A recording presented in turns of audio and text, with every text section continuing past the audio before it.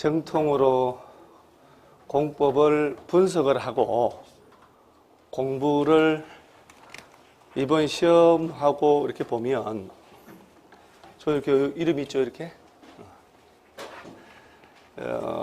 공부 방향을 알고 하셔야 돼요. 공부 방향을 좀 알고 가자 하는 거.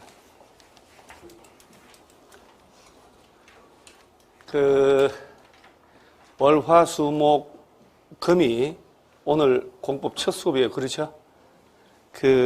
프린트를 교재 프린트도 받고 그 다음에 요 표도 받으셨죠? 그러죠? 그 다음에 한두 장 앞뒤로 한 장짜리 받았고 제가 11월 달 수업을 할 때 얘를 준 적은 없어요. 올해는 주는데 왜 이렇게 바뀌었을까? 시험을 한번 보셔요. 작년 거도 대동소이한데 다 보셨 분도 있겠지만 안 본 사람도 있다고요. 이번 시험에 어제 수능도 봤지만 서술식 문제가 15문제 출제됐어요. 그 다음 여기 박스형 문제가 12개, 케이스 문제가 3문제로 출제를 했는데 계산 문제까지 포함을 해서 예를 들어 이렇게 나온다는 거예요. 서술식으로 나와요. 그러니까 무슨 얘기냐면 공법을 교과서를 보면 이게 FM이에요. 이게 두꺼운 걸 머리끌 따서 암기를 한다. 그건 아니에요. 안 돼요. 암기 안 돼요. 그리고 월화수목금토 이 많은 책들을 암기해서 풀다고 안 된다고.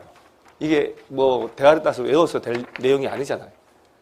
그 다음에 이런 식으로 길게 나와요. 이게 15개, 16개 나와요. 매년. 그 다음에 자 이런 문제들. 사례형 문제. 이게 이제 로스쿨에서 나오는 문제. 로스쿨. 사법고시. 그 다음에 수능도 이렇게 나오고. A도 B, C라고 하는 얘기는 허가권자가 누군지를 수험생은 알고 있냐. 자동차 영업소로 쓰다가 지금 이게 실제 벌어지고 있어요. 내가 식당을 하다가 망해서 용도를 바꿔야 되겠다. 미장원으로. 그걸 부동산 중개업자로서 알아야 된다는 얘기예요. 그러니까 자동차 영업소로 쓰다가 노래영장으로 바꿀 때 법적 관계를 알고 있냐 하는 거예요. 이게 1분 20초에 풀릴까요? 안 풀려요. 대가리 따서 외워서 풀릴까? 아니에요. 절대로 아니에요. 추세 자체가 그래요.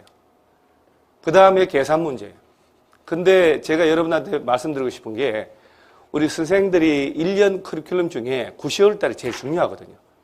9, 10월 달에 학생들이 수업 잘 듣다가 혼자 공부해요. 무슨 얘기를 하고 싶냐면 이게 공법 선생들 아무도 예상치 못한 계산 문제인데 제가 10월 달에 우리 동영 문제 풀 때 2주차 문제, 근거가 남아있으니까 2주차 문제에 아무리 고민해도 얘가 나올 때가 된 거예요. 그래서 시험 연습을 했어요, 사실은. 정답도 똑같이 150%. 그러니까 동영 문제 9, 10월 달 강의가 제일 중요해요. 느낌이 있거든요. 그러면 이거 꼭 나올 것 같아 하면 이거 정답도 그대로 3분으로 그대로 됐어요. 150%. 그러니까 나중에 9, 10월 달에 혼자 처박혀서 고립돼서 하면 안 돼요. 그 다음에 박스형 문제. 얘가 요새 추세가 박스형 문제가 10개 이렇게 나오는데 무슨 얘기냐면 보통 이런 문제들은 답을 찾으시오, 틀린 걸 찾으시오 하는 문제인데 찾으면 느낌이 이렇게 찍을 수도 있어요. 얘는 찍을 수도 없는 게 한번 보세요. 4개의 지문을 또는 5줄을 법조문을 여기도 길잖아요. 넣어놓고 옳은 것을 모두 골라라라고. 모두 골라라고. 옳은 것을. 그러면 이 중에 하나만 잘못 알아도 답은 틀려져요. 그렇죠? 어떤 유형인지 아시겠어요? 지문을 4, 5개 넣어놓고 옳은 거 모두 틀린 거 모두 골라라라고 하면 한두 개 지문만 잘못 알아도 답을 못 찾는 거예요. 수준이 되게 높다는 얘기예요. 그러니까 지문을 다 읽고 얘 틀렸네, 얘 맞네, 틀렸네라고 해서 나름대로 머릿속에 결론 내리고 답을 찾아야 되는 거예요. 찍을 수가 없어요, 이거는. 그러니까 결론은 단답식 문제가 딸랑 10문제 나왔는데 40문제 중에 얘도 물론 이렇게 답을 되게 쉬운 것도 있지만 답을 되게 어려운 것도 있단 말이에요. 그러니까 요새 추세가 국토교통부에서 지난번에 뭐라고 했냐면은 우리가 상대평가로 시험 바꾼다 그랬는데 하도 논란 많으니까 상대평가 가는 건 안 되고 그대로 유지를 하되 시험 난이도를 조절해서 합격자를 줄이겠다, 조절하겠다 이라고 하는 거예요. 전체 수준이 이렇게. 그러니까 부동산 공법 과목은 법이 6개로 돼서 법조문이 2,000개가 넘는데 시험 수준 자체, 출제를 자체가 서술식이나 박스형이나 사례식 문제 위주로 30문제를 낸다는 거예요. 거기에 맞춰서 공부를 해서 제도를 제대로 이해를 하고 가야 문제가 풀려요. 찍는 게 아니고. 그래서 출제 수준 자체가 그래요. 그러니까 살짝 출제된 걸 알고 가야 돼요. 출제된 걸.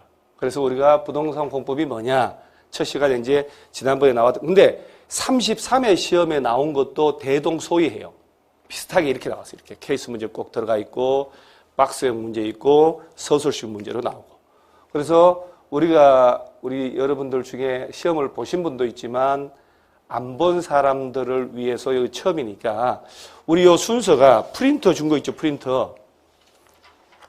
이 교과서 프린터 한번 보세요. 교과서 프린터 보면 요 프린터만. 근데 여러분 이게 두 가지가 나오는데 이 표는 시험용이 아니 시험은 이렇게 나와요. 이렇게 문장식으로. 이게 시험이에요. 그러니까 이렇게 문장을 자꾸 외워서 익숙하셔야 되지. 단순히 머리 딱 써서 외운다, 노래 불러서 외운다 하면 그건 순간적으로 외워질 것 같지만 시험 나와서 안 풀려요. 해결이 안 돼요. 그 다음에 요거는 안목을 키우려고 제가 표를 만들어서 이렇게 주는 거예요. 요걸 전체 머릿속에 집어 넣으라고. 요렇게. 그래서 요걸 계속 줄 텐데, 저는 이 중에 굳이 선택을 하라. 합격하려면 얘를 선택할 거예요. 예. 그러면 요게 오늘 이제 배울 내용인데, 요 내용만 문장을 외워놓으면 객관식은 다 해결이 되거든요.